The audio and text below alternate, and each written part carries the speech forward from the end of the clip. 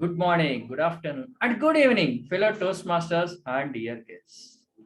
I should find something in common to keep all these places and cover the entire world today. Welcome to the third education session of Area 41, District 18, USC. Let us start with our common thing, that is Toastmaster mission. The mission of Toastmasters is to provide a positive and support to learning experience in which members are empowered to develop communication and leadership skills, resulting in greater self-confidence and personal growth. We at Toastmasters do not speak about three topics in our speeches in a demeaning way: politics, sex, and religion. As this is an online meeting, I have few ground rules which I want every one of you to follow. This is my order, okay? Now, I request everyone to please keep your noise making devices on me. I give you 10 seconds to do so.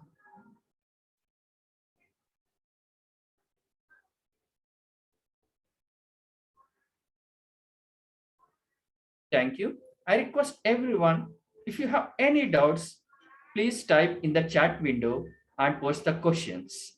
Do not speak while the speaker is speaking, or don't type anything when the speaker is speaking, because not to interrupt the flow of the speech. And I request everyone, if you have any doubts or you want immediate action, please use raise a hand option, which is at the bottom of the toolbar, or you can visually on your camera show us your beautiful smile and raise your hand. At the questions will be answered at the end of the meeting, and I would request everyone to please privately message me or Toastmaster Saurabh the questions you have us for today. I now like to call upon the enthusiastic, passionate Toastmaster who has arranged 4 education sessions of World Champion of Public Speaking under the Leadership Club, has reached a new height.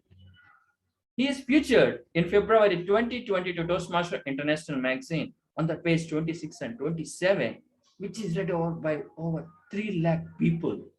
Wow, isn't it great?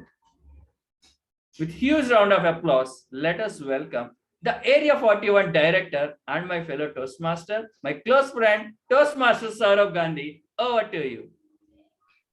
Thank you so much, Toastmaster Vamsi, for that wonderful introduction. It is indeed a great pleasure to be featured in a Toastmasters International magazine, which is read by so many Toastmasters around the world.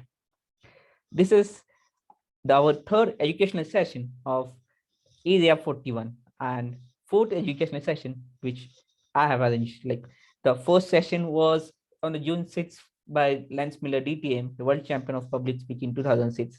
The second was with the joint meeting between the District 98 Club, Bipawadi Club, and Area 41, District 18.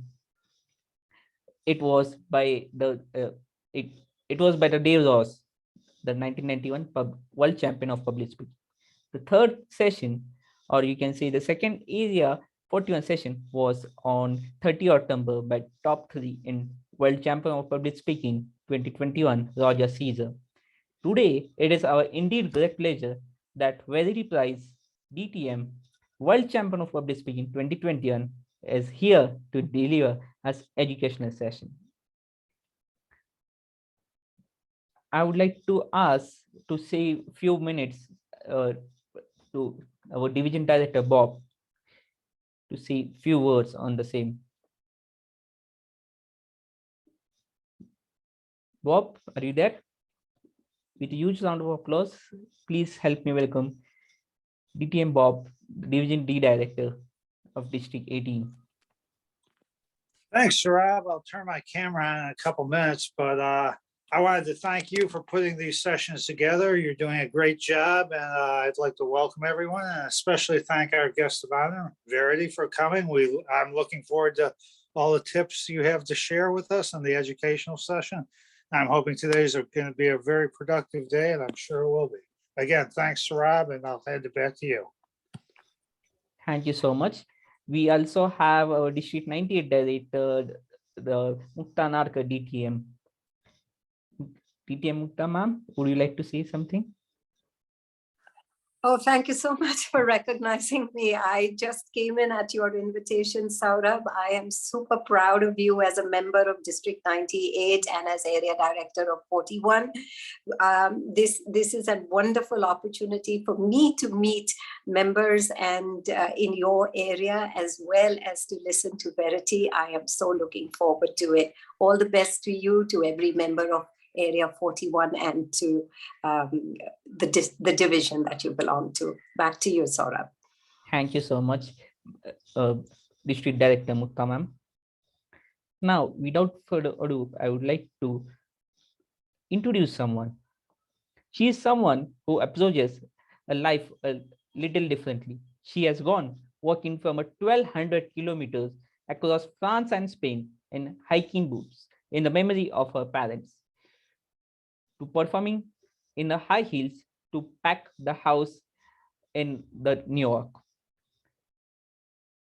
not having the money to record her debut album, to becoming one of the world's first online crowdfunders, from being terrified of speaking in public to being proud of 2021 World Champion of Public Speaking. She is all about facing tears, finding your voice, and sharing your truth. As a Toastmasters 2021 World Champion Verity captured the judges and thousands of people's imagination with her winning speech. She is none other than Verity Price, DTM. Can we have video, please?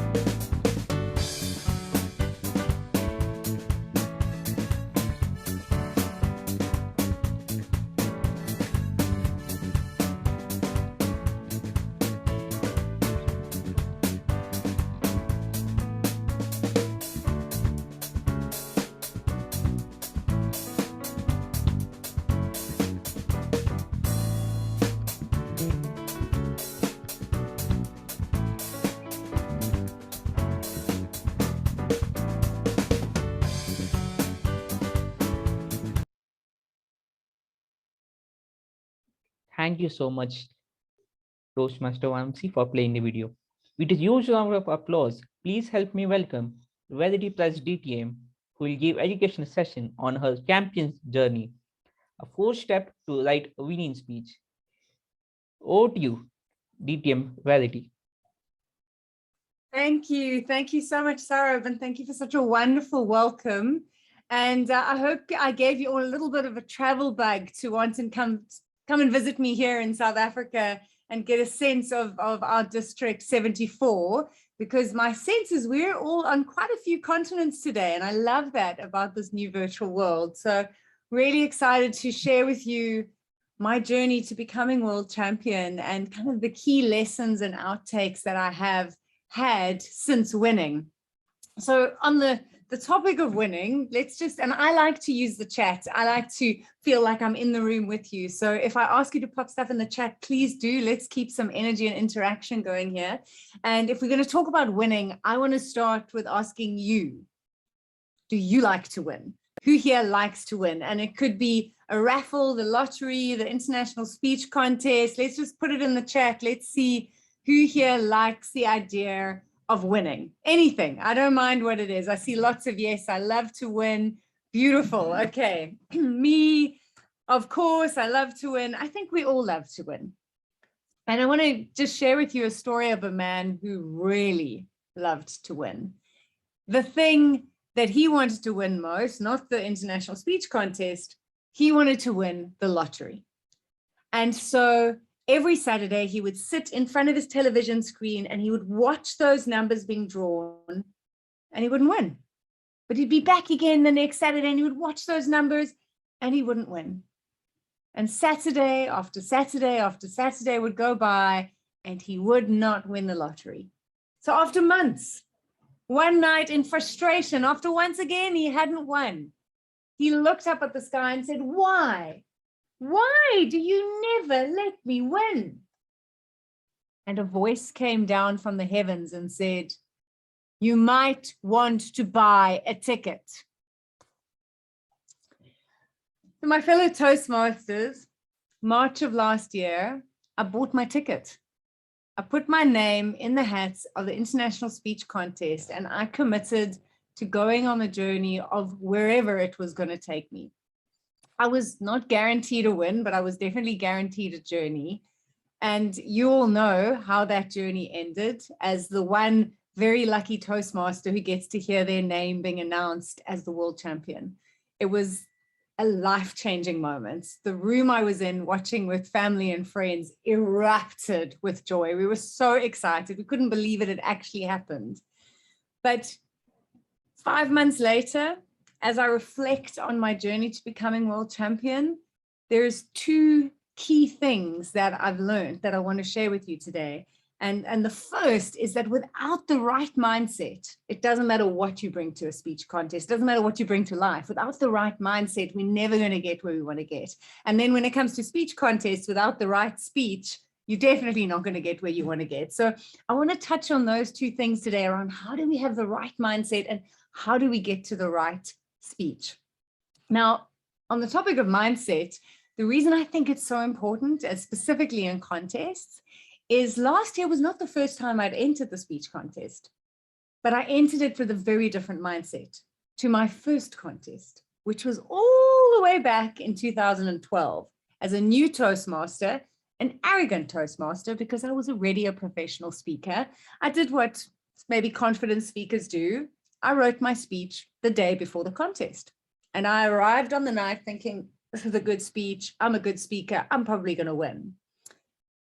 One of the other contestants happens to be my sister, Kay. Now, Kay was not a confident Toastmaster. She was not a confident speaker. In fact, she was terrified of public speaking. And I'd been feeling a bit sorry for her because she'd been working on her speech for a month.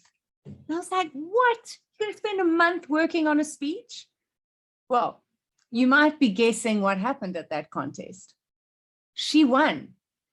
And not only did she win that contest, she won the area contest. She then won the division contest. By then, I was a little bit green with envy. Like for my ego, that was a scary tale. My nervous sister was doing so much better. And the worst part was, when I entered the club contest, I thought it was a club contest. No one told me this was an international speech contest. I got over my jealousy. I got over my ego, luckily. I went and confessed to Kay that I'd actually been resenting all her success. She, being the amazing sister that she is, said, wow, this must have been hard for you. And I said, yeah, it has been. And we started working together to prepare her for district, where in May of 2012, she became the third woman to ever win our district speaking contest. And then I watched 3 grueling months as she worked on 2 speeches to go to the world semifinals. Now, I couldn't fly with her to Orlando, Florida to watch the contest, but we managed to watch at home. They were able to screen it for us here.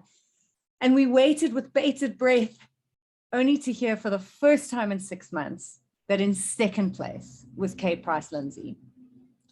That day, she was beaten by a young, preppy speaker by the name of Ryan Avery, who 2 days later became the world champion. So we've always wondered what would have happened if Kay had been in a different semifinal. But having witnessed her journey, I saw that she entered with what I call a champion mindset. And that first contest, I did not have a champion mindset. She had the mindset of, I am going to embrace the obstacle of my fears. I'm going to overcome the challenge of finding that second speech. I'm going to put in the effort. I'm going to make friends with feedback and ask people to help me improve. And I'm going to learn from the success of others. She watched hours of championship speeches to see what worked. And that mindset got her all the way to second place in the semifinals. Having witnessed that, you'd think that in 2013, I was out there buying my ticket, entering the contest, but no, I didn't enter for years because the thought of all that hard work terrified me. And you can nod your head if you've ever had contest season come around and you've suddenly gone, nah, I don't have time. I don't have a speech. I'm not a good enough speaker. That was me for many, many years. I entered once in 2015, got as far as division, came third. And while I was disappointed not to go further, my mindset had already shifted. And I took that speech and I turned it into a commercial keynote. So I think there's a lesson there, and what we do at Toastmasters also can have a life outside of Toastmasters.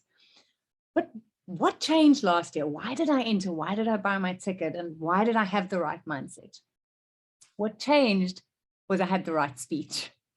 I wrote a speech for a club meeting that when I delivered it, a voice said, Verity, that is a world contest speech. I was like, wow, maybe it is. And then the voice said, Verity, you could become world champion. I was like, what? Me, world champion? Are you crazy? It was like, you'll never know if you don't try.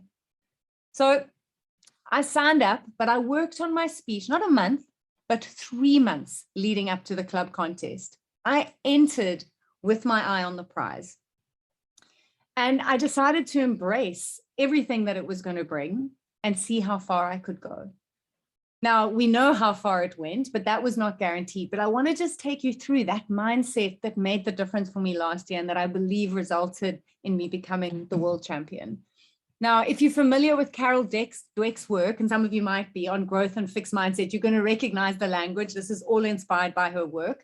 But I really learned last year what it means to embrace a growth mindset rather than a fixed mindset. And for me, fixed is when our ego steps in and it's afraid of failure, or it doesn't want to listen and it doesn't want to grow.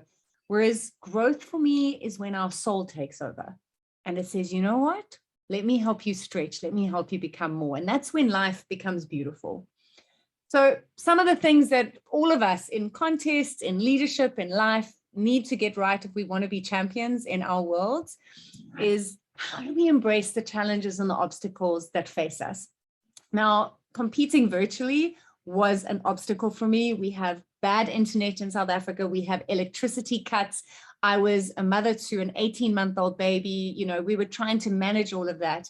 But I had such a vision of where I wanted to see if I could get there that I embraced all those obstacles and all those challenges.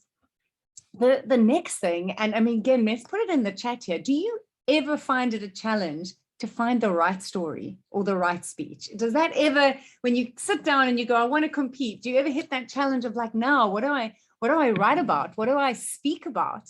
Because I think that's often our number one challenge as speakers, is finding that speech. Now, I had a speech to enter always, Beth, yeah, I hear you. And contest is always that challenge. Like, what am I going to say? A few things that will help us. Keep a story journal. As things happen, little moments in your life, little experiences, little lessons that you've learned, write it down. I always do this for impromptu contests so that I've got anecdotes to draw on. It's the same with a speech. So when I realized I'd gone through district, I'd won district, I thought, I've got to wait 2 months to hear if I've made the semifinals. I'm not going to wait 2 months to start working on a second speech though. And the decision I made that maybe helped me narrow down my choices was my semifinal speech. If you've seen it, the challenge was about my mum. So I thought, if I'm getting to the finals, my dad up in heaven will be very upset if I don't talk about him too. So I decided it was going to be a story about my dad. But I wrote 5 different speeches before I found my final speech. So there was a challenge there, but we need to embrace that, because each time I wrote a new speech, I learned a little bit more about speechcraft. I learned a little bit more about my relationship with my father. So that challenge, when we embrace it and we take it on, really grows us as people and as speakers. The other challenge in contests and in life is when you're busy, and I'm sure you are, we all are, how do you find the time to even compete? Like, where do you find the time? So I'm going to burst your bubble here, is you will never find the time, but you can make the time. You might have to make some sacrifices, but when you make the time to invest in yourself and into a speech and into a contest journey, that's when the magic starts happening. So there's a lot of effort that goes in. And that was the third thing that made the difference for me last year with developing a champion mindset, was I committed to make the effort that would go into winning this. Now, since winning, I've been able to speak to many other finalists that have reached that final stage and champions. And I did a survey with them to see, was I alone in the work that went into getting to the finals and to winning, or are there some common threads? It turns out there are. No one reaches those top 8 finalists without a lot of effort. There's a lot of deliberate intention that goes into this journey. On average, the last 3 months, people are spending between 1 to 3 hours a day on these speeches. I was about 2 to 4 hours. On average, they speak at 40 or more clubs. I spoke at 42 clubs, 16 countries, 5 continents. And I went back to some of those clubs more than once, practicing, so grateful for their feedback. Over 70% of finalists write more than 30 versions of their speeches. You're going to see the word effort starts coming in here, huge amounts of effort that goes into building their craft. And 65% of finalists and world champions work with a coach, and 15% of them pay for that coaching. I paid for my coaching with Lance Miller, who you have had here as a guest. It was the best investment I ever made. But I don't believe that, other than the lottery, which is luck, I don't believe there's anything else you're going to win in life without a lot of effort. And when I committed to putting that effort in and overcoming the obstacles of finding and making the time, everything started to change, because the growth that I gained was exponential. Adding to that, the game changer for me was when I learned that if I wanted to become the best speaker I could be, I would have to make friends with feedback. One of the greatest attributes of successful people is that they can receive feedback, they can implement it, and they can improve and grow. Now, as an arrogant, confident speaker at my start of my Toastmasters journey, I just wrote speeches and delivered them and thought they were fine. And I didn't ask people for feedback other than evaluations at meetings. Last year, I had more than 200 Toastmasters around the world send me Google Forms of everything I could change in my 2 speeches. It was tough. It was tough to take on that feedback. Sometimes they were challenging parts of my speech that I loved. But if 3 different countries and 3 different types of people were asking for the same changes, I changed. I learned the gift of humility when it comes to delivering a speech and realizing it's not about my story. It's about what the audience wants from my story. And if you ever chat to Lance Miller, you can hear how much I struggled with his feedback. He saw me listening and not wanting to take notes as he was telling me what to change. And then he would watch me pick up my pen and go, he's a champion. He's been down here. Maybe I should listen. And through listening to his input and the input of my fellow Toastmasters, I wrote 2 speeches that were infinitely better than anything I could ever have written on my own. And that leads to the final part of what I believe helps us develop a champion mindset. And that is having the openness to learn from others, like you are today at an educational session here to grow and learn from someone who's gone on a journey, see what you can take out of it to add value to your own journey. This contest is the best place to do that because there's so many resources online. I watched final after final after final, champion after champion after champion, and I took notes and I learned from their success and I applied it to my authentic speaking style. If there were things they did, I tried it. Could I do it in my way? Did it work? And that again is what helped me become the best speaker I could be. So little things that make the difference in our mindset, but I think make all the difference in the results is if you are entering the contest this year, and I hope you are, or if you're supporting someone who's entering the contest this year, you're going to have to help them embrace the challenges and obstacles it brings, especially if we're doing it virtually. going to have to encourage yourself to put in that effort and know none of this comes without hard work. And that probably the hardest work you're going to do is getting comfortable getting feedback from others so that you can change and improve your delivery and learn from the success of others so that you can apply that learning to your own success.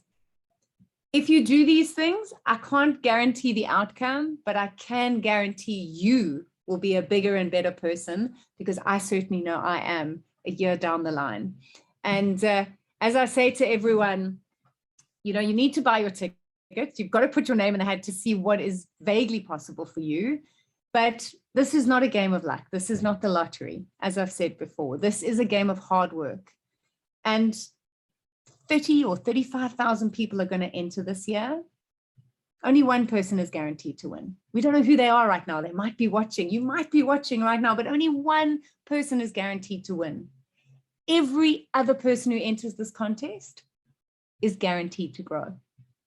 And that's what excites me. That's what excites me about this contest, is that, yes, only one person is guaranteed to win, but everyone else is guaranteed to grow. And that is the gift that we get from it.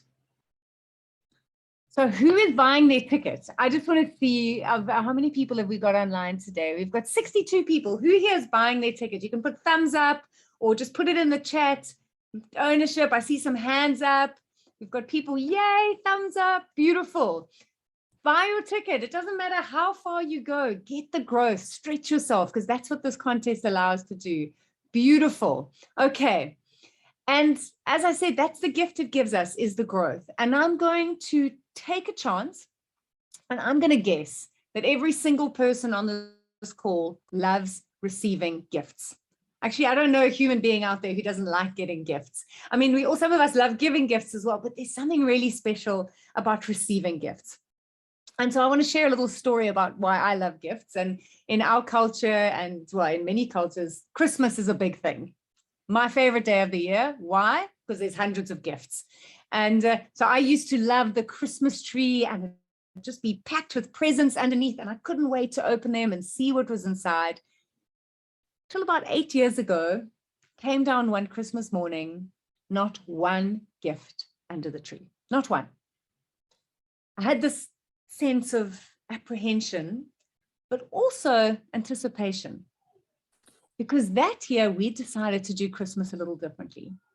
Rather than people spending hours in the busy, bustling shops buying stuff we probably didn't need, we decided to have something called a white elephant Christmas. Now, I don't like to assume that everyone knows what a white elephant is. I'm not talking about the animal. I always have to make sure we're not talking about the animal. A lot of people know what a white elephant is, but if you don't know what a white elephant is, it's that thing that you have that you never use. And it maybe takes up space at the back of a cupboard or the top of the shelf. It's been gathering dust. You might have bought it thinking you're going to use it. You've never used it. Maybe your grandmother gave it to you and you've really put it at the back of the shelf and you've never used it. A white elephant Christmas is the challenge was that everyone that came to our Christmas party had to bring one present that was a white elephant in their life. They had to wrap it spectacularly so that everyone else would want it.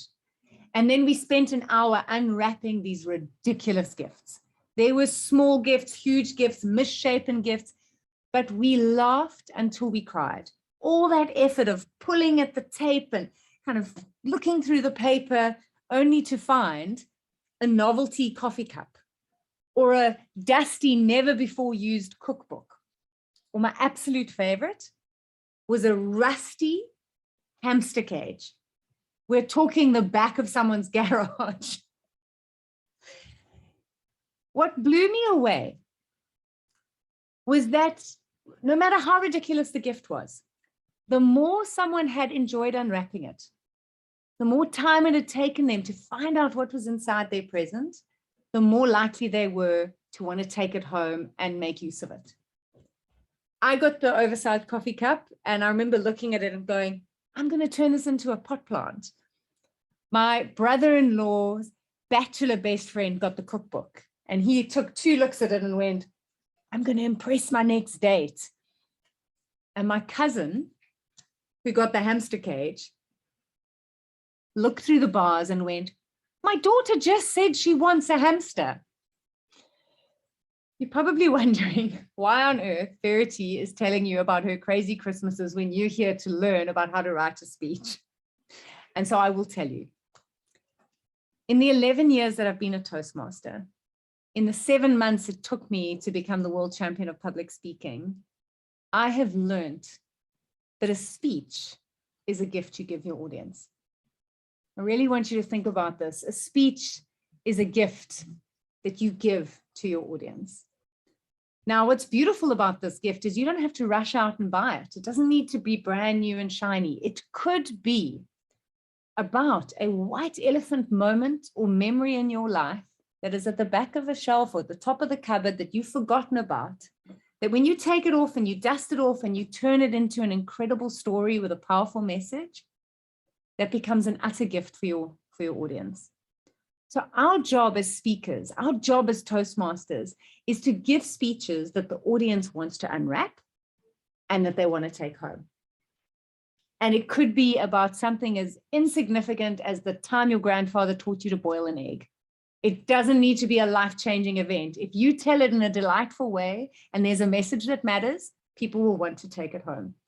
So that's what I want to share with you. How do you make them want to take it home? How do you make them want to unwrap your gift? And how do we turn it into a gift? Now, everyone's got different ways they like to wrap presents. So there's always a choice. Excuse me, I'm just going to have a drink of water. It's nice and hot in South Africa today. I know some of you are probably in the middle of winter, but we're in the middle of our summer. So you've got some choices in how you wrap a gift. You could wrap it like this. Here you go. It's in a brown bag. What's the problem? If you're really unimaginative, you could do this and let them know exactly what they're getting before they've even unwrapped this. And the reason I'm showing you this is sometimes as Toastmasters, we do this as early as our title.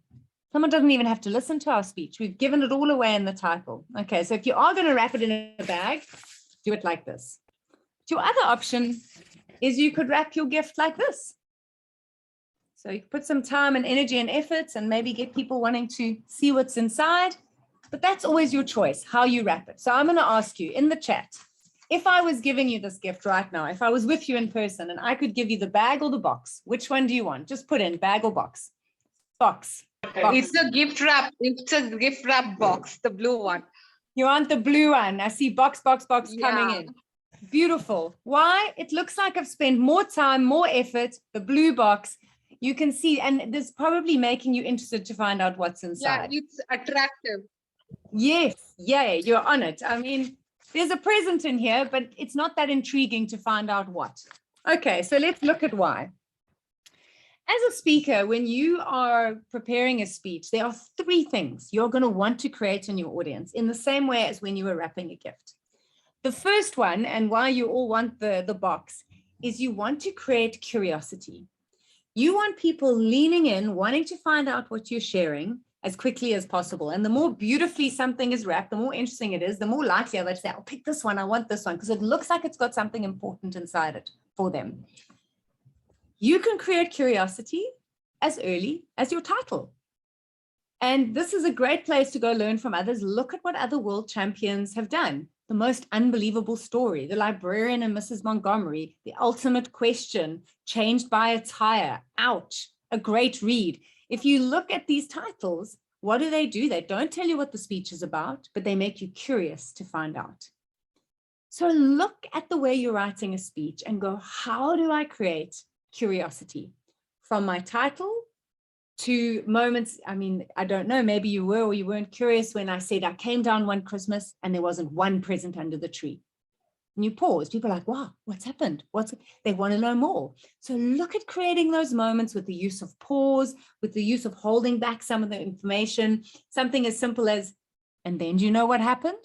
And wait, now they're going, tell me, you've created curiosity. Such an important emotion to create in your audience so that they are with you, unwrapping your story, unwrapping your gift. Once you've created curiosity, the next very important thing you want to create is connection. If your audience doesn't feel connected to you, if they don't feel connected to your story and where it's going, they're going to zone out. And especially if you're in a contest, you want the judges to stay connected.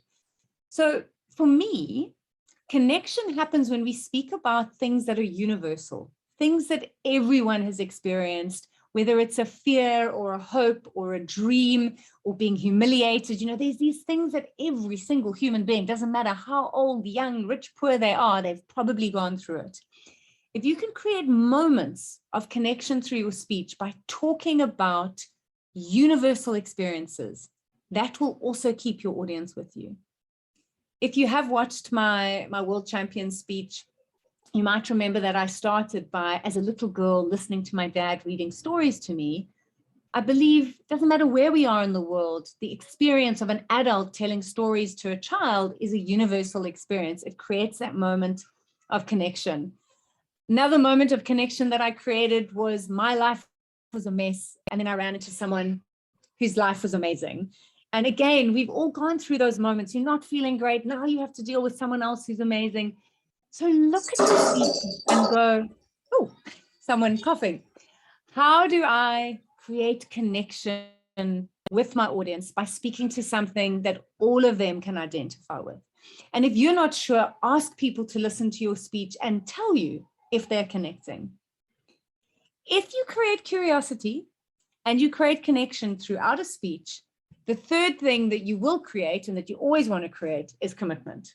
And that's commitment to your message, commitment to your call to action. That's ultimately what we want. People must take our message, take it home and choose it. Okay. So 3 simple but integral things to always look at your speech and go, am I keeping them curious? Are they feeling connected? And will I get commitment when I'm finished speaking? Okay. If you get that right, you're going to be writing winning speeches. But if you want to say, okay, but how do I do that? How do I write a winning speech? Let's start going through that. And 4 very simple steps, quite a lot of hard work that happens underneath each of these steps, but 4 really simple steps that I realized looking back at my journey last year were how I wrote both of my winning speeches. And again, this is how do we turn a speech into a gift? So I'm going to take you through these 4 steps using the concept of gift to hold it. So we're just going to unpack that word, G-I-F-T. So hopefully it's going to be really easy for you to remember when you're working on your next speech. So let's look at the G. First thing we always want to do as a speaker is get clear on your message. If you're entering the contest or you're speaking at a big event at work, the first thing you want to be clear on is what are you trying to say? One of the best pieces of advice I got entering the international speech contest was this. If you got 7 minutes to speak to the world, which ultimately, if you get to the finals, that's what you've been given, this incredible opportunity to speak to the world. If you had 7 minutes to speak to the world, what would you want to say? And that might help you hone into those stories, the challenge of finding the right story. It might help you find the stories you want to tell. But a few things to bear in mind when it comes to getting clear on your message. It needs to be 10 words or less. If you can't say your message in a sentence, you're not going to be able to say it in an hour. That was Diane Boyer, not me, but a beautiful quote. If you cannot say your message in a sentence, you're not going to be able to say it in an hour. So look at your speeches and go, is there a clear, easy to repeat, easy to remember message statement that I'm delivering through my speeches? And if you're not sure what that looks like, go and watch previous world champions. Reach out. The victory is in the try. Do you validate? Mine was write a different story. And then notice that they don't say that message once. They say it repeatedly throughout their speeches, but in different ways. So in my speech, the message was delivered by my father's letter. So the first time the audience heard it, I was reading it, write a different story. I then resisted the message by, in dialogue to my dad, going, how do I write a different story? So now I've said my message twice in my speech without directly saying it to the audience. I then looked through Facebook and like, oh, come on, there's no stories of people with an awful life like mine. And then the letter said to me, write a different story. So within the space of 40 seconds, my message statement that was 10 words or less, and I had a call to action in it, I'd already said it a few times.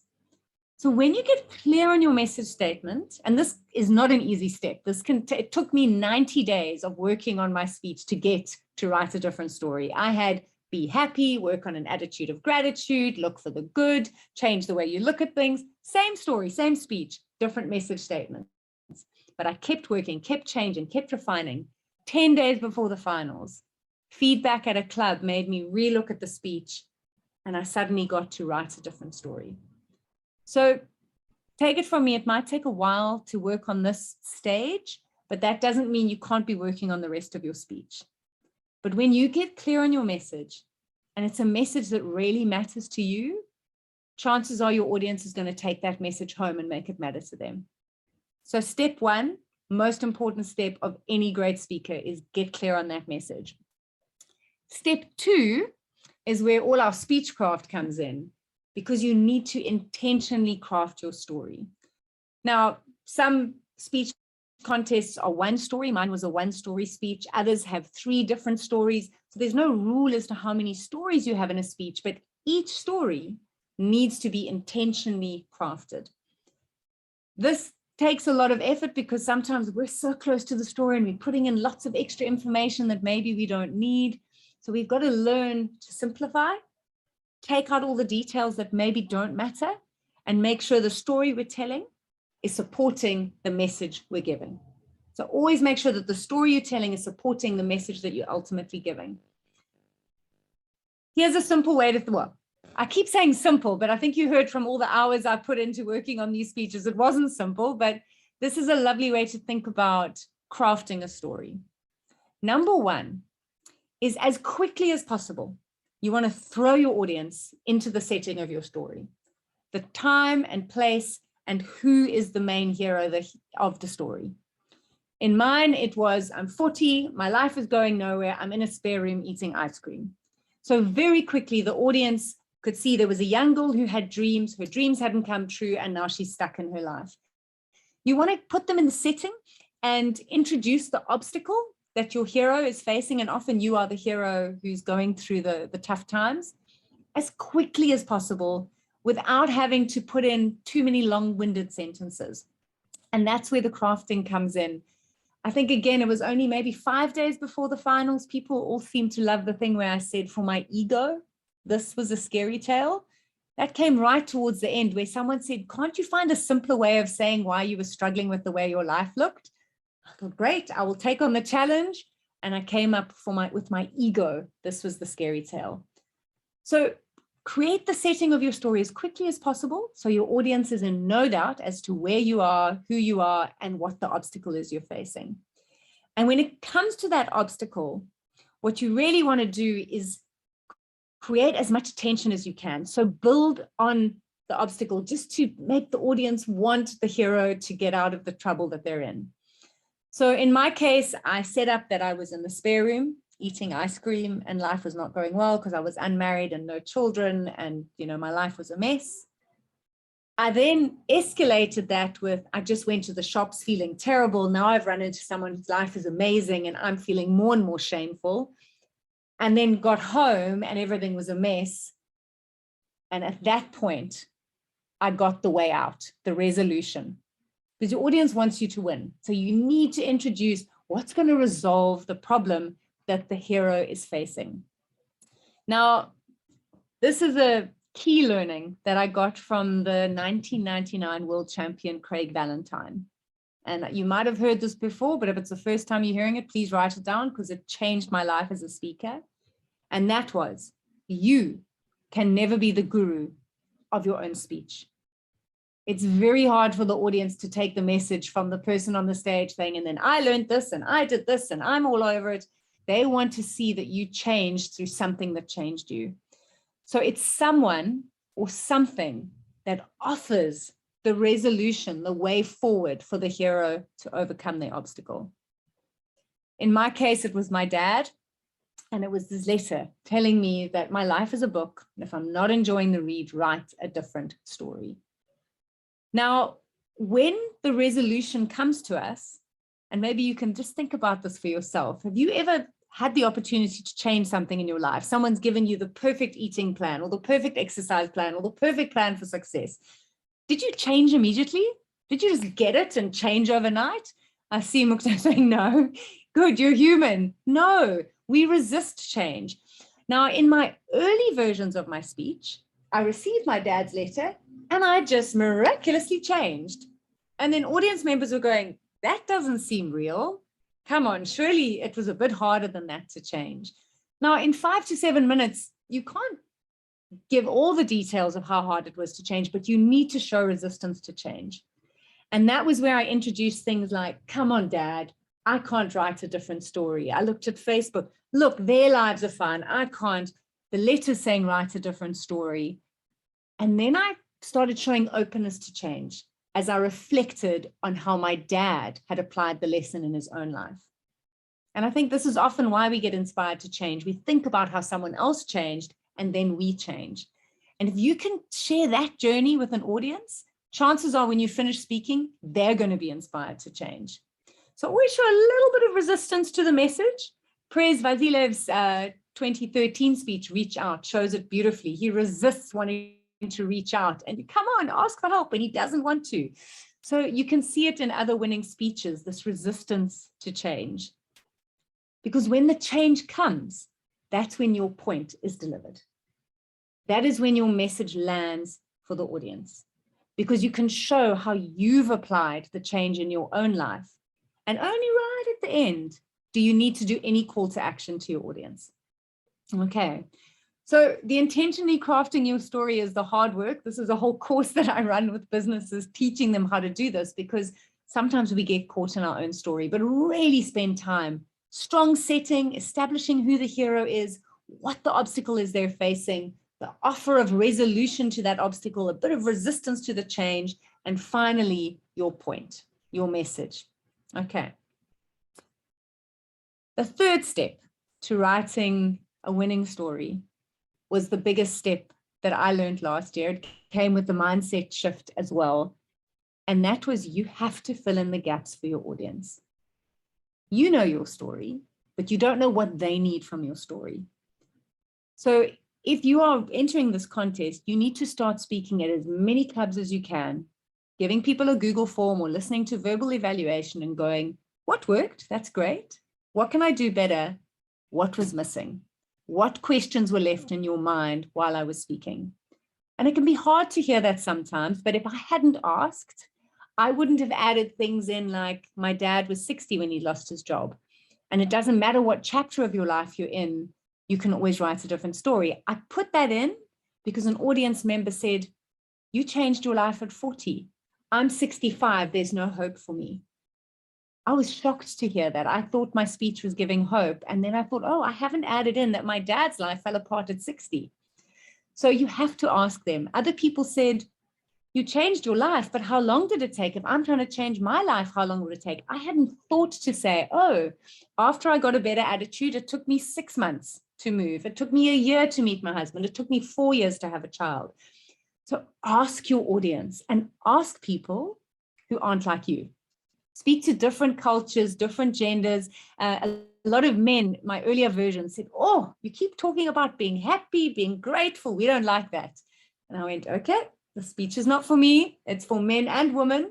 How do I find a message that works for everyone? So fill in the gaps for your audience, ask them, work with your coach, and be open to that change. Be open to being friends with that feedback. And once you've done that, because that I believe is where my winning speech came from, was filling in those gaps. The last step that is crucial to any great speech is you want to make sure that when you finish speaking, there are no loose ends. You have tied every single element of what you've spoken about together.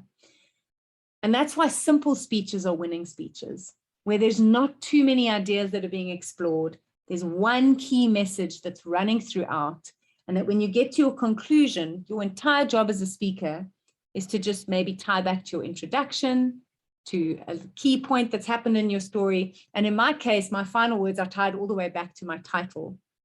But if you watch my speech again, just as a reference for what I mean here, you'll see that at the start of my conclusion, I say, I've learned that reading fairy tales is great to my son. My dad was reading to me. I'm now talking about where I'm at in my life. I then referenced the letter. As my dad reminded me, my life is a book, but are you letting your story be written for you or by you? That was actually my main call to action to the audience, to really get them to embrace my message. And then going, doesn't matter what chapter of your life in, you're looking for a miracle, you just want to change, ending on my message statement, pick up your pen, write a different story. And my last line, which tied all the way back to that title, was trust me, it will make for a great read. If you find doing that in the conclusion of your speech is difficult, chances are your speech is too complicated. And this again is that editing process, and it's hard work. This is not simple stuff. I know it's hard work, but it's a beautiful journey of going, when I finish speaking, can that audience take it home and ingest every last bit because it was easy for them to follow? 4 simple steps that take a lot of effort and intention that will help you take any story. You could be writing a story about how to boil an egg. You could still turn it into a gift for your audience that has a message that matters and that creates curiosity while you're speaking, that connection through human shared experiences, and at the end, commitment to take it home. So spend time getting clear on your message into that really punchy statement that you feel excited about when you say it. You go, yes, this is my message for the world. Intentionally craft your stories so that they're delightful to listen to and keep people on the edge of their seats. Ask people what their gaps are so that your speech fills in those gaps. And especially for judges, you don't want judges having any gaps in their knowledge. So fill in the gaps for your audience. And then make sure right at the end, when you look at how you've crafted your speech, it's all tied together. There's no loose ends. If you do that, I truly believe you will be giving a gift every time you speak. It doesn't just need to be in a contest. This could be a 5-minute speech at the start of a meeting. This could be a 45-minute keynote. It brings an intentionality to your speaking. And it might also make you look around your life at those white elephant moments and go, that bizarre, silly experience with a friend in a supermarket, I can put that in a speech because there's a lesson in it. Nothing in your life is insignificant. If you wrap it beautifully, someone's going to want it. Trust me, you have no idea what's in here and you all said you wanted it. So, but this is contest season. If you are putting your name in the hat or if you are stepping up as a role player to support others, what I can guarantee you is only one person is going to win. Everyone else is going to grow. And you don't want to get to August of 2022 going, I wonder if I could have won. Put your name in the hat and find out. And I promise you, you'd be crazy not to try because the growth comes in the trying.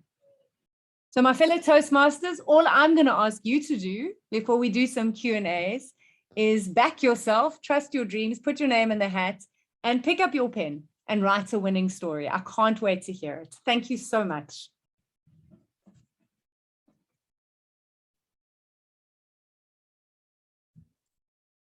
Thank you so much, DTM Verity, for that wonderful speech you had. It is going to definitely help our audience. We at Area 41 District 18 are having contest on this 20th of February. So a lot of them would definitely are motivated and will definitely help them. Before taking the Q&A session, let's take a group photo. I would request everyone to switch on the cameras. Let me unshare so that you can see everyone. Yeah. Is that easier?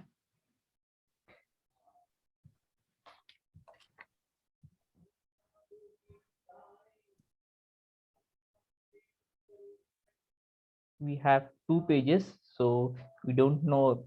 I don't know on which pages you will be. Just hold on for a few minutes.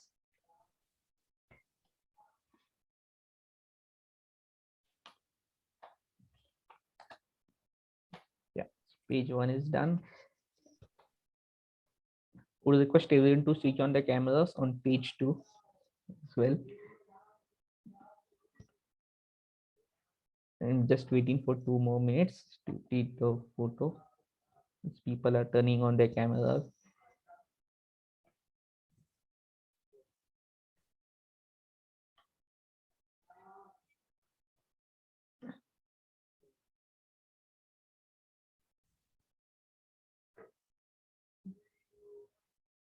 Yeah, done. Zoom Master, Toastmaster Vamsi, can you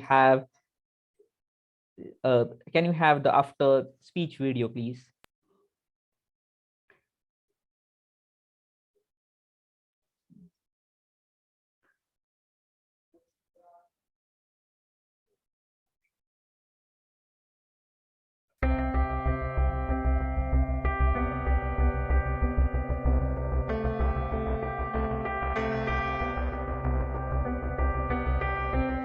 Maybe I'm crazy thinking that this might work. Maybe I'm crazy wanting something that might hurt. Maybe it's madness to start something that might end. Maybe it's easier to just not begin. Now maybe delusional, believing this stands a chance when so many before have proved that good things don't last. Seems a little bit naive to step in anyway, but I'd be crazy if I didn't take a step around the corner, confronting all that I don't know, the storms that I might weather, the times of being out of control, that having all the answers was never a reason not to try. What if the Wright brothers hadn't believed that they could fly?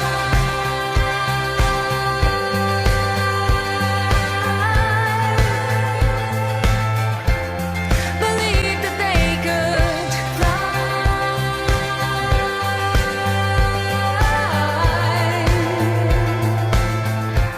I'd be crazy not to try.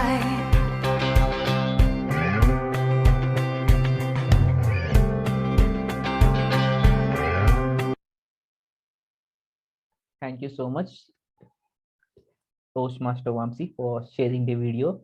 Now let us have some question and answers. So DTM Verity, we had received a lot of questions while in the registration form we had. I'm just picking up the few of them. Others can also post on can directly write to me on the Zoom chat. I can pick some of them. So the first question is like how to come with a winning topic. Yeah, it's a very hard one, and that is the most work you're going to put in here, and that's when you get to a message statement that matters, that will become a winning topic. So it needs to be universal.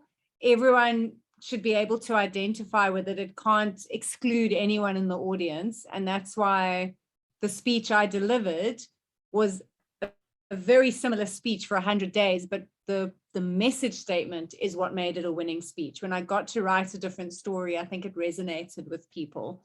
So it's just going, what are you passionate about? What has humbled you? What has changed you? What is the biggest lesson you've learned? And chances are that's something people are going to connect to. And the way you tell that story will ultimately be the reason you would win.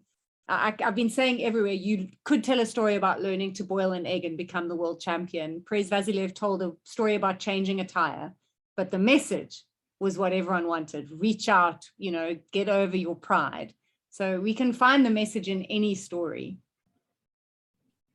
Yeah, so thank you so much for that. So next question is how to limit our speech in a time limit. So your word count is very important here. On average, finalists and winners are speaking between 110, 115 words per minute. So this is why we type our speeches. This is why we edit them. And this is why we have that one key message and we leave parts out of the story that don't serve the message. That is the hard work. That is why people write more than 30 versions of their speech, in how to limit it. And it's difficult. You will let go of things that you feel passionate about, but if they're not serving your message and furthering your point, let it go. Work with your coach, work with your mentor to help you do that. Thank you for that. So next question is how to remember the speech easily. So this is always a challenging one. The one thing that helps is when it's a personal story, it becomes much easier to remember it because you were there. Again, if you're writing in short sentences with vivid words, little moments of dialogue, clear descriptions of your characters, it should help you internalize it. But one of the things that helped me, and I'm mentioning Lance Miller was my coach, but I did do Prez's compelling storytelling course, and I highly recommend checking out his website, prezsays.com. He's not paying me to say this, by the way. His work is amazing. And one of the things I learned in that course was to color code your speech. It will help your brain remember it because it creates more of a pattern. When you speak directly to the audience, do that in red. If you have dialogue, do that in blue. If you are doing humor, do that in bold. And then, and this is where it really helps, do a line break for every pause.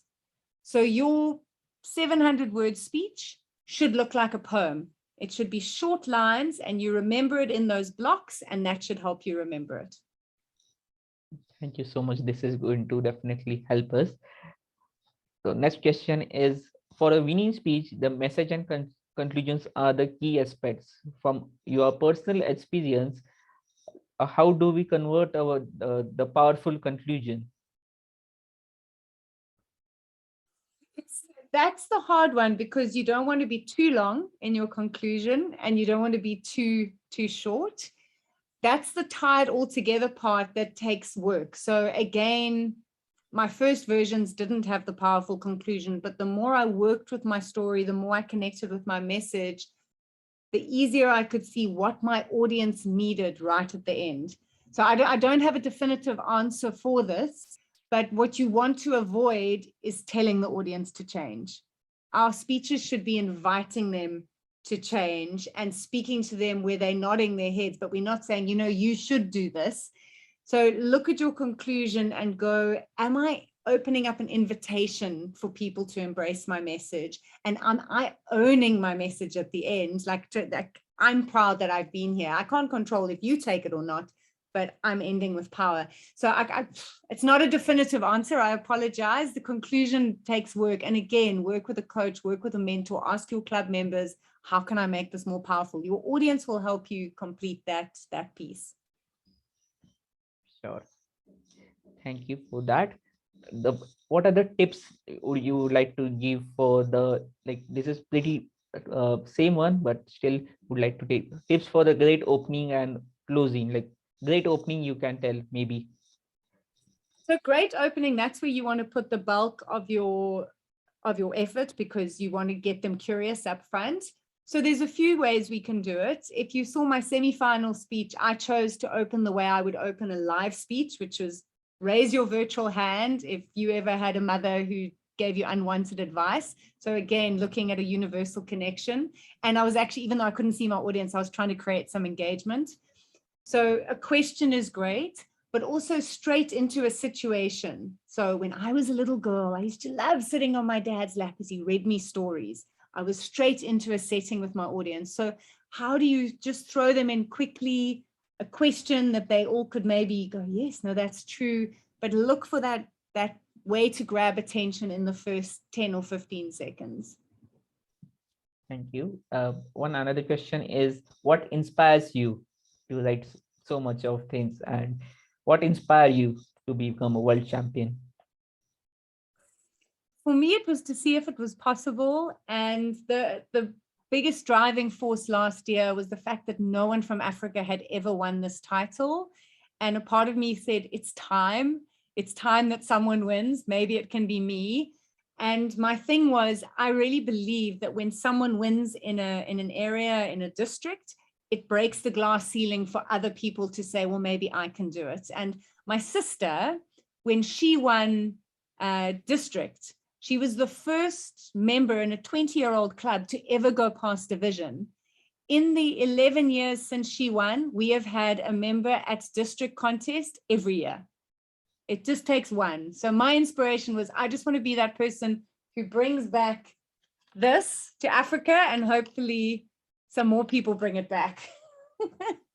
That is truly amazing.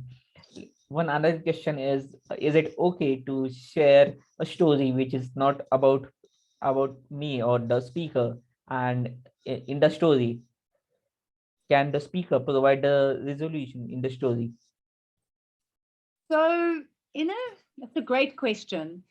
Speeches that really resonate are generally speeches or stories that have affected us firsthand. So we can tell stories about other people, but if you're wanting to connect quickly with your audience, it needs to be something that affected you. And being the guru, once you're telling someone else's story, I think is still, it's a dangerous game to play. In a normal work presentation, that might work. In a speech contest perspective, I don't think it's a good strategy. You can have stories about other people, but I think if you look at winning speeches over the years, it's generally been the speaker. They were humbled, they overcame the obstacle, they learned a lesson. And I mean, unless you look at someone like Mohammed Kutani, where he gave 3 different examples, unpacking words have power. And I love that because he showed that you can change it up a little bit. But in general, it's the speaker was personally affected by the story they're telling. Yeah. So one another question is any book you would recommend for the public speaking? Sorry, just say that again. Can you give any recommendations on the public speaking book which can help in making the speech, in the delivering the speech? There are so many. I'm so excited. I've got one coming out that I've been using in my courses for years, but I'm going to make it available, called Present with Power. So if you sign up, I think I did put a link in there. There we go. You can sign up for my newsletter, and then when it's ready, I'll let you know. I really recommend Prez's compelling storytelling course. So it's a course with videos and coursework. It helped me unpack every element of my speech. And I mean, there's so many great books out there. Off the top of my head, I can't think of any, but I find a course where you really are actively applying what you've learned is a lot more. And that's the way I've been working on my book, that there's templates at the end of each chapter so you can apply the learning to your own speeches. Thank you so much. I believe that is the last question. I would truly appreciate you for giving us the time for the Area 40 and District 18 for such a wonderful session you had delivered. Thank you. Can I add one thing in? Yes, yeah. I saw a question come up in the chat, and it was a great question, which is, what if there isn't an obvious guru in your story? I love that, because that's such an important question. Yeah. And so this poor egg that I keep talking about, I'm going to come back to you. You are doing a world champion speech about how you learn to boil an egg. The egg could be a guru. The stove could be the guru. The pot, your grandfather, your impatience, whatever it was, you just need to look for something outside of yourself that taught you the lesson. So that's the opportunity. You could be telling people how to change a chain on a bicycle, but that bicycle chain getting stuck and not working could give you the guru that you need to oil something, that you need to take time. And people learn the lesson through you letting the bicycle chain or the egg or the grandfather or whoever deliver it. So there is always a guru in every single story. Thank you so much. Zoom Master, can we present a certificate for DTM Verity? So here's an appreciation certificate from Area 41 District 18 for all your presence.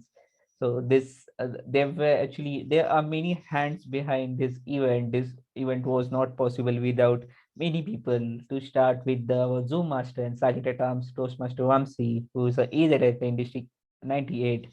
Not to forget the Jasmine, your brand manager. She has done a lot of follow-up, and we did a lot of follow-up emails back and forth for last 4 or 5 months. So she has also helped a lot. Our District 18 PR manager, Toastmaster Marine, I think we have her here. Zoom Master, if we can spotlight Toastmaster Marine. There was a great help by Toastmaster Marine for all the PR work she has done. My division director, Toastmaster DTM Bob, thank you so much. And of course, all the audience we have today. I would request everyone to put the feedback link. Like, we usually have a lot of sessions, so you can just sign up for that, and I will email you our next link as well. You can also follow me on LinkedIn, so we can stay in touch. Would request everyone to post the feedback of the event, how you have liked, what you have not liked. Thank you so much, DTM Verity. DTM Bob, would you like to say something? First, I'm not a DTM, I'm an ATM Gold, but that doesn't really matter. Yes, I'd like to thank Verity. A great gift to the audience. The 3 C's, the acronym of gift, very useful. I'd encourage everyone, come out to Sarab. Sarab is a I don't know if everyone knows it. He lives in India. He's an area director in Maryland, halfway around the world. So we appreciate him going above and beyond putting these things together. And I'd encourage everyone to, if you're not buying a ticket this year, come out to Sarab's contest. He mentioned it once, February 20th. Show your support. I'll be there. I know Sarab will be there. And I can't buy my ticket this year because I'm a district officer, but I plan to next year. So thank you again, Verity. Thank you again, Sarab. And I'll turn it back to Sarab. Thank you so much, Bob. Mukta ma'am, would you like to say something? District Director, District 98. Oh, no, I don't want to take away anything from what Verity has said. It's been so overwhelming and powerful. I think we'll just soak in everything you've given us, Verity, tonight. And thank you so much. And thank you, Saurabh. We live in the same town in Pune, in India. He's just a few couple of kilometers from where I am. And because of this lockdown, we've not met, but I do communicate a lot with him and see the wonderful work you're doing. So you've been a real gift, like Verity said, not in speech, but a real gift to your area and division and district. So thank you so much. Thank you so much, Mukta ma'am. Alexander, you want to say something? You have to raise your hand.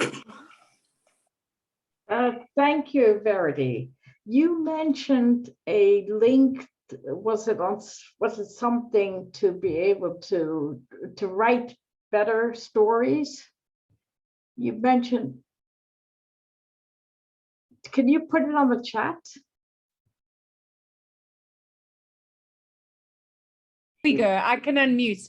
I will pop it in the chat and you can go have a look. Bob, if you can just post on my behalf, because it doesn't let me, but it's prezsays.com, compelling storytelling course. Okay. I'll see you on Tuesday with the Berlin Toastmasters Club. Oh, lovely. Wonderful. See you there. Yeah. Thank you.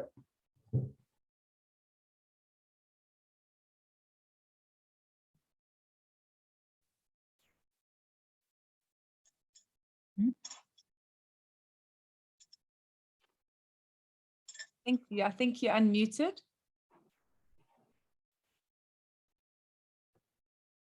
I said you can speak. Oh, since I spotted me, I think he's referring to me.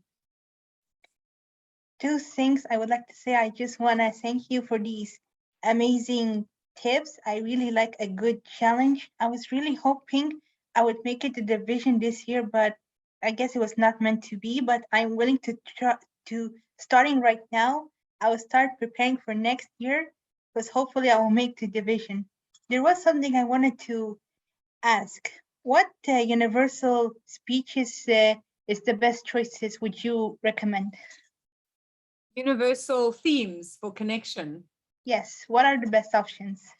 When we're speaking about dreams and struggling to make them come true, when we're speaking about overcoming hardships, about navigating failure, about wanting to live our best life, push our limits, I think these are things that human beings identify with. So pride, humility. Push our limit. I can relate to push our limit. Yeah. Yeah. So then you look at that. If that resonates, look at where in your speeches you could speak about that and the lesson learned. What about losing a loved one?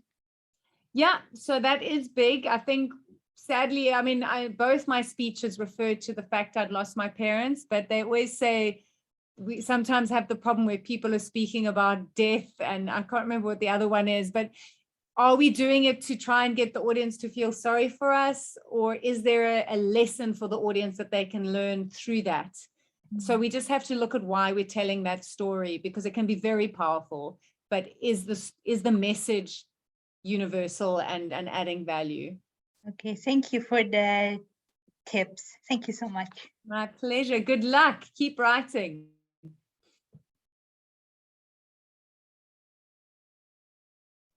Akshay, you want to say something?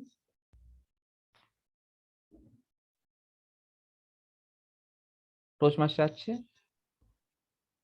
Am I audible? Yes, yes. First of all, DTM Verity, congratulations for winning the World Championship of Public Speaking. And one thing, I have one question. This Toastmaster Akshay from Goa YMCA Toastmasters Club, District 98. Is it's necessary to put emotion in the world, this international speech, while concluding? You definitely need emotion. People need to see that you are in it. It doesn't need to be over the top emotion, but if it's excitement or concern or disappointment, they need to feel that emotion of why it matters to you. So emotion and life force is what helps us to really impact an audience. Thank you. Thank you so much. Yeah, thank you so much. Pleasure. Yeah. I'm just putting that link in. And then I welcome you all to join me if you'd like to be on my mailing list. I share tips and tricks about writing speeches, and when my courses and books are available, you'll be able to get the first message about it. And also love you all to join me on Instagram. I'm trying to grow my following and I'm so close to 2,000. So if you want to help me get there, come join me on Instagram at I am Verity. Thank you so much for that wonderful insights, Toastmaster DTM Verity. It was indeed a great pleasure. Like it is like a dream come true. I have contacted around, you can say, all of the world champions I had contacted, but I got a few responses, and your brand manager was one of them who quickly used to respond. So thank you so much for that. Yeah. Well done on these events that you're adding so much value to your area. It's incredible. Thank you. Does anyone have any questions? I think Toastmaster Ishma wants to see something.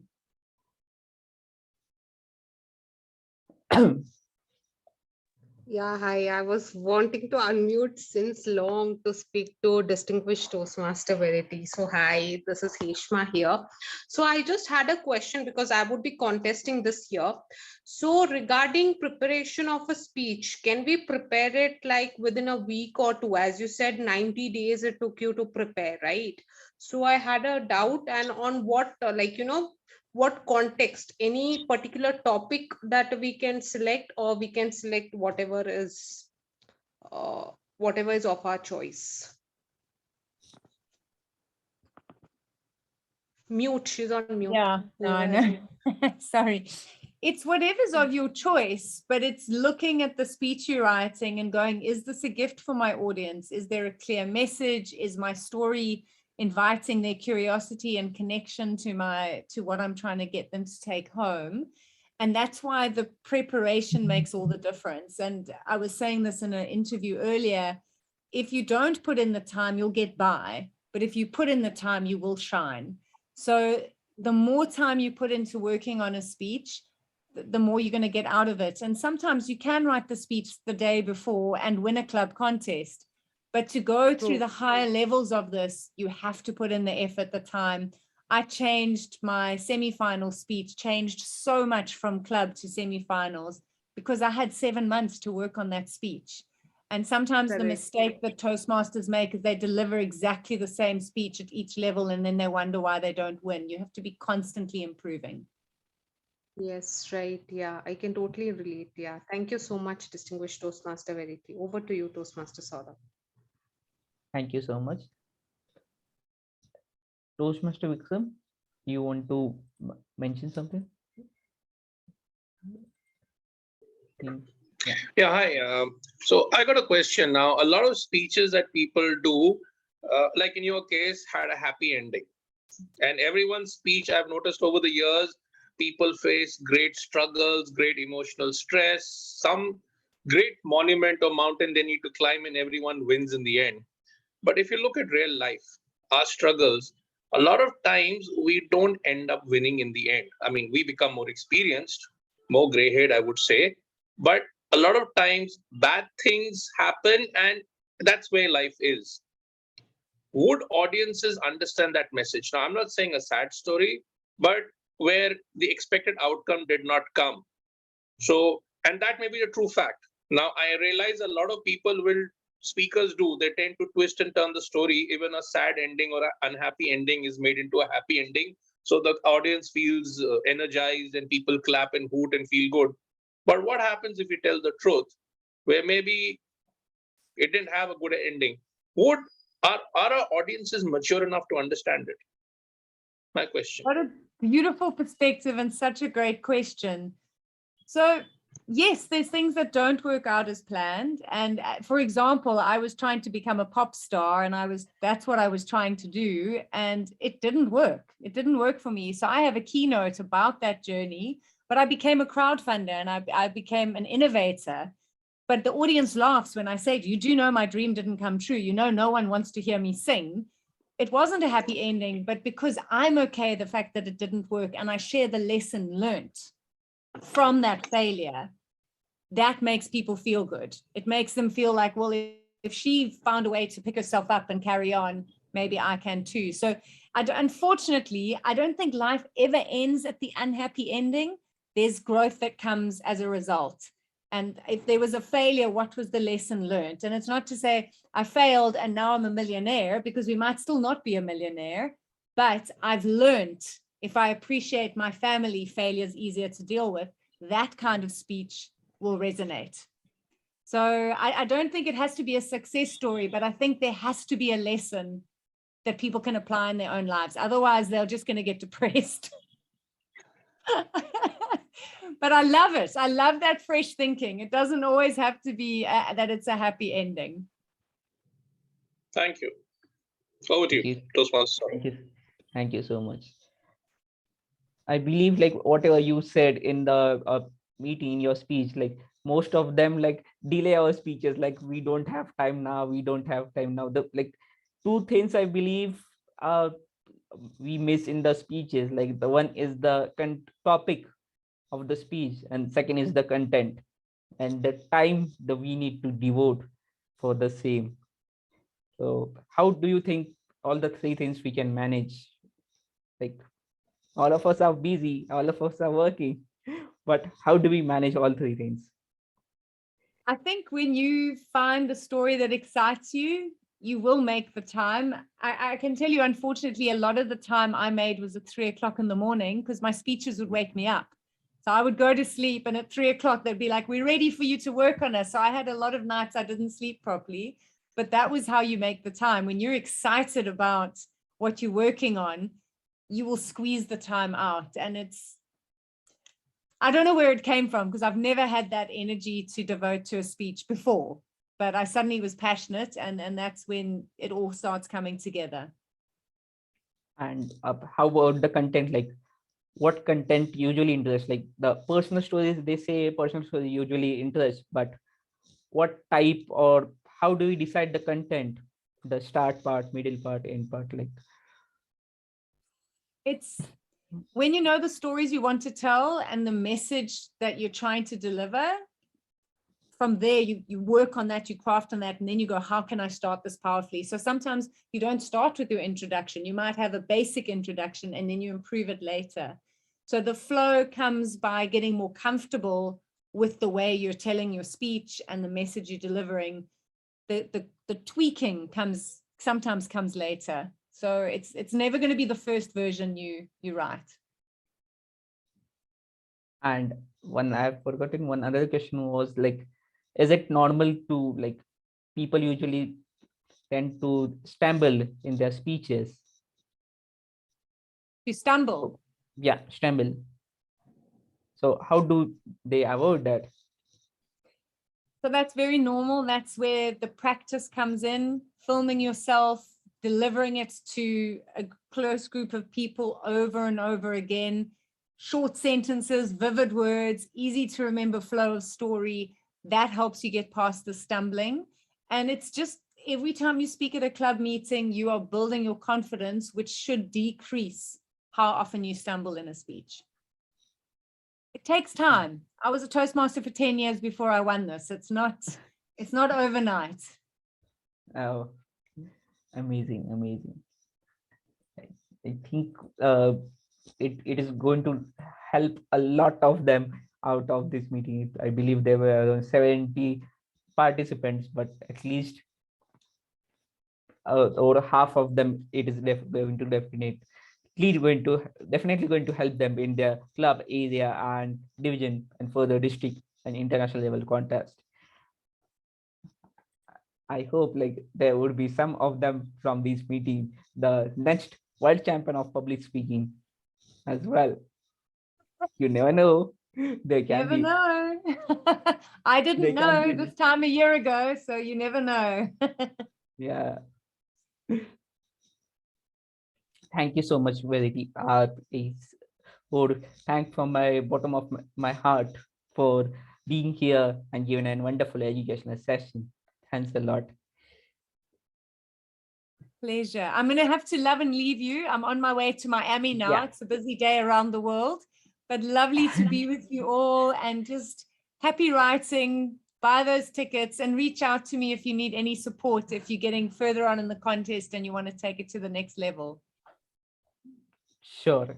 I believe it will help a Oh, lot. hi, I like that, Alexandra.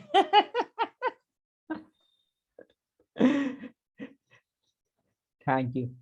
I declare the meeting is over now. Sending love from Cape Town. Bye, everyone. Bye.